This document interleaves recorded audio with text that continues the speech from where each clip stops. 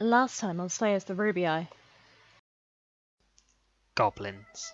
13 of them. The whole bunch of them came screaming out of the undergrowth, hefting clubs and swords, ready to crack some skulls. Shh, do you mind? Now resuming on Slayers the Ruby Eyes Chapter 1 Part 5. The goblins ground to a halt. They looked around bewildered. I don't think they had expected someone to speak goblin to them, let alone act so casually. Gary was still chilling by the fire and I was still fishing. Our reaction had kind of taken the wind out of their sails. They started scuffing their feet and muttering to each other.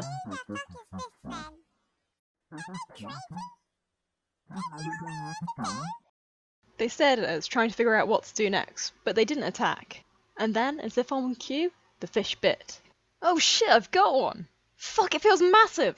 I yapped. I yanked the pole high into the air with both hands, taking the fish with it. God, he's like half my body weight! The huge fish danced in mid-air, whipping its tail back and forth, splashing us with river water. Here's a big boy! I managed to flip the flailing fish onto the riverbank. That last bit, incidentally, was a lot more hard than it seemed, so you should look more impressed than you are doing. Quick, grab it! In Goblin. Gree! The fuck have I got myself into? The goblins danced around the fish as if they had just won the lottery. Another bite. That hunger spell I had chanted was paying off. Another fat boy. The fish kept biting, I kept catching, and the goblins, they kept dancing. I must have caught 24 of the fuckers. Once everyone was sufficiently hyped up, I ducked out, handing the rod to the nearest goblin oaf. Yeah, sure, take it. This one works really well. I cast the line back into the water. The fish immediately bit and I handed the rod back, quickly taking the hunger spell off. Now he had something to fight. Me and Gary were completely forgotten about. Who'd have thunk it? We crept quietly out of the area, leaving them to it. Huh, you know some pretty crazy tricks. Well, it's good to hear less condescension in your voice. Wait, when was I being condescending, little girl? For fuck's sake. It was nightfall, and we had just waltzed into the dining hall of the next town's single-story inn. It definitely gave me old man pub vibes. The air hung with the scent of tobacco and beer. I take it they don't get many girls in here, but I was hungry and places like this normally serve big portions at least. And I wasn't disappointed either. This place did really good drumsticks. Not entirely sure of the beast of origin, but they were tasty. That hit the spot.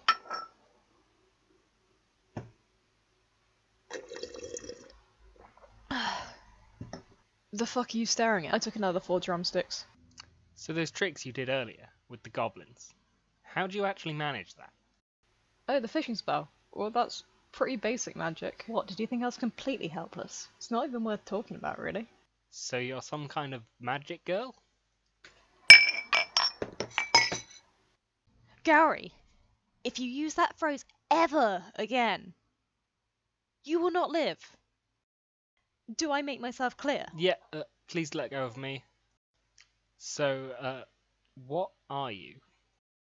I'm a sorceress. What's the difference? Fan base, I think. Anyway, let's get back to the script. So you're some kind of sorceress, right? Some kind of sorceress? Yes, I'm some kind of sorceress. What do you think I am? I'd just like to explain to you guys this one moment. For you in the back who can't see. From the moment that I met Gary, from the first time he ever laid his eyes on me, I have been wearing this outfit. And I'm dressed as some kind of sorceress. I wear trousers with long boots, which, to be fair, doesn't say sorceress. It just says not a princess. However, and this is where the crux of the matter lies, I'm also wearing a loose robe, which is cinched at the waist by a leather belt, a pair of leather gloves, a bandana with runes, light armoured pauldrons protecting my shoulders, a long-ass cloak. And guess what? They're all covered in fucking runes too. As I'm describing myself, let's fucking complete the outfit. Necklace, bracelet, and even my short sword, embedded with enchanted gemstones. I couldn't look any more like a sorceress unless you stuck a sticker on my forehead stating, "Hello, my name is Lena. I am a sorceress." Did he think I was some kind of fucking, I don't know, fishmonger, or maybe a waitress at a cafe? Le sorceress! I wasn't really sure how to ask you about that. After the business with the river, I thought you were a fishmonger, or a waitress, or something like that. Kill me. Just straight up kill me right now. I saw my option to commit suicide by drowning myself in the soup. And I wouldn't be here right now if I had taken that option. Relax. I didn't think you were a fishmonger. I got you pretty good, though. Ha, ha, ha, ha. You did get me pretty good, and I was going to kill you. But I got distracted by that soup over there. He grinned, proud at his own antics. So just how good at magic are you? Can you do a fireball? You look like you might be able to handle black magic. Okay, so lesson time again. Sorcery is divided up into 3 main classes. White magic, black magic, and shamanistic magic. Now shamanic magic is divided up into the 4 elements: earth, air, wind and fire, and also the spirit world. It's the mainstay of any sorcerer. My real speciality is black magic. Oh no, it's not as dark as it sounds. I use only offensive spells. Cursing isn't my style.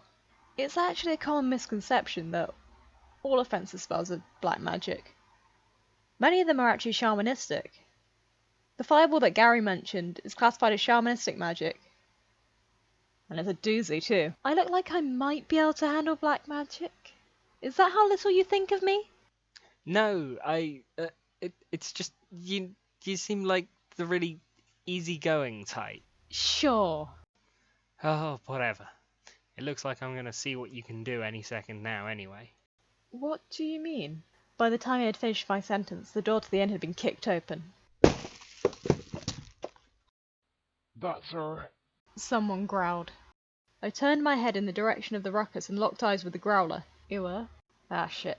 He was pointing straight at me. I was hoping it would turn out that the group behind the growler was actually gunning for some other, more unfortunate her. But his index finger was pointed directly at my face. You don't suppose he saw Gary's hair and mistook him for a woman, do you? No such luck. And a parade of trolls soon filed in behind them. And a mummy who seemed to be in control of the lot of them. The absolute... Looking closer, I could see that it wasn't actually a mummy. It was a living person wrapped in bandages. Whoever he was clearly a sorcerer. Oh my goodness, I'm certain you have the wrong girl. I gave him my best jaw-shattering grin and tried to keep my eyes from focusing so I wouldn't look too smart. My name is Sophie. I think you must be looking for... Shut up. I don't care what your name is. I know your face. You're the one who robbed us. Oh, was that a bad thing to do? Maybe we can work something out? Gary eyed me suspiciously. I'll explain later. But first we have to... I felt the unmistakable, warm, humid breath of a troll on my cheek. So, what do you know about trolls? Now a troll is twice as big as a man, and they are even stronger than their height would imply. And despite their massive frame, they're agile as all fuck. Not only this, but they're also gifted with rapid regeneration, meaning that anything other than an instant kill, they will just heal from it. So you need to one-shot them.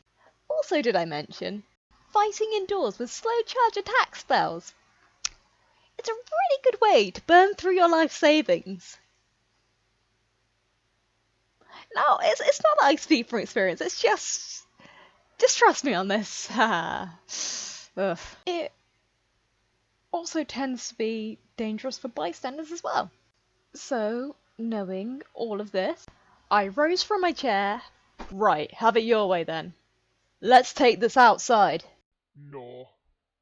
Oh, well, Shit, the innkeeper is gonna hate me.